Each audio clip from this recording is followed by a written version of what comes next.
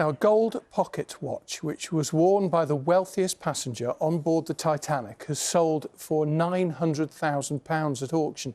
That's 6 times the asking price. It originally belonged to the businessman John Jacob Astor, who died after the ship hit an iceberg and sank in 1912. The watch is now the highest amount ever paid for a single item from the doomed liner, as our correspondent Duncan Kennedy reports. 105,000. There's nothing like the Titanic to evoke memories, passion and buyers. This auction included one of the items that Titanic collectors desire most of all.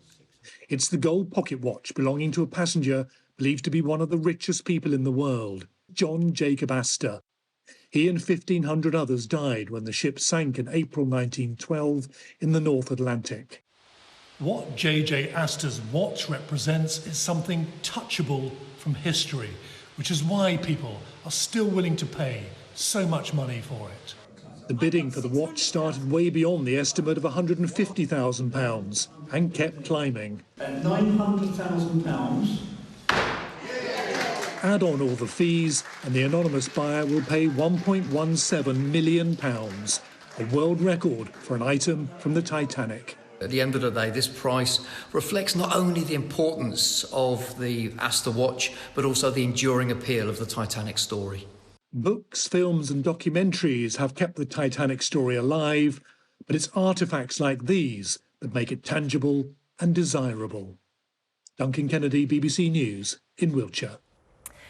And when we were talking about this earlier, you rightly said, does the watch still work? But actually, of course, people who know the Titanic will know this. The watch stopped at the point at which it hit the iceberg, or which he went down. The water, yeah, sorry. No. 20 past 2 just before 20 past 2 that J.J. Astor's believed to have gone into the water. Yeah. And the violin case that you also saw in the picture there was also up for auction. That was the case for the violin played by the musician who was playing the violin as the liner went down.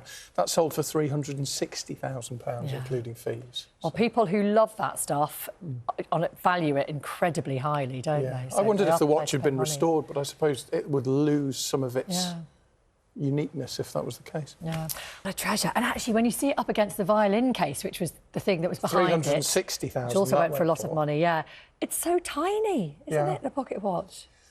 And interesting, you only need one person in the room connected on the phone to someone who's going to pay. But it's a lovely little auctioneers in the West Country. Yeah. It looked like something out of bargain. Yeah, it really did. Very big bargain hunt. Fantastic. Right.